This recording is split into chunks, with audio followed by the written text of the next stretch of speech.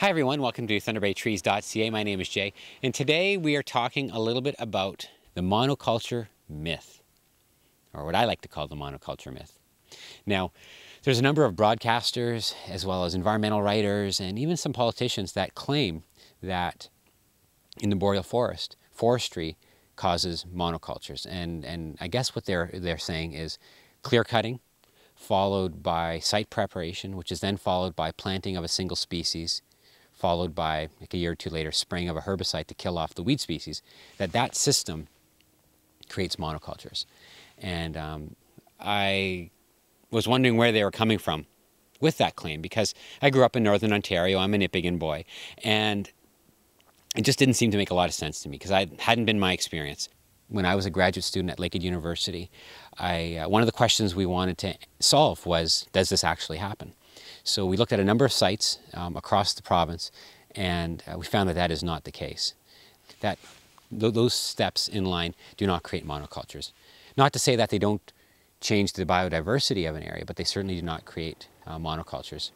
But now when people who cite forestry as being bad and causing monocultures will often use photographs from places like where we're standing today.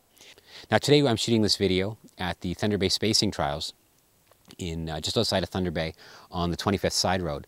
And here you do have something which does appear an awful lot like a tree monoculture. Now, before we go any further, I think we need to talk a little bit about the site history. About 60 years ago, when this experiment was set up, this was agricultural land that was abandoned. And they came in and planted trees of various species at different spacing. And then from there, we waited and trees grew. And then 60 years later, now we have an idea of how different species respond to spacing. In this situation, we do have something that looks an awful lot like monocultures. However, this is not typical of the boreal forest.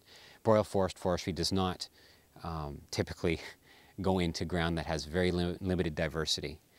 In the boreal forest, after a clear cut, there are other species, 2 species of poplar, for example, pin cherry, seed banks, so they have seeds in the soil that are just ready to germinate once it gets more light and heat.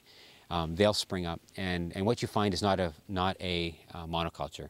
You do find changed plant communities and changed biodiversities, but you do not have monocultures.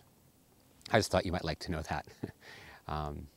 Till next time, my name is Jay for thunderbaytrees.ca, where we talk about anything and everything, as long as it relates to trees in and around Thunder Bay. Try to make myself sound smart. Okay.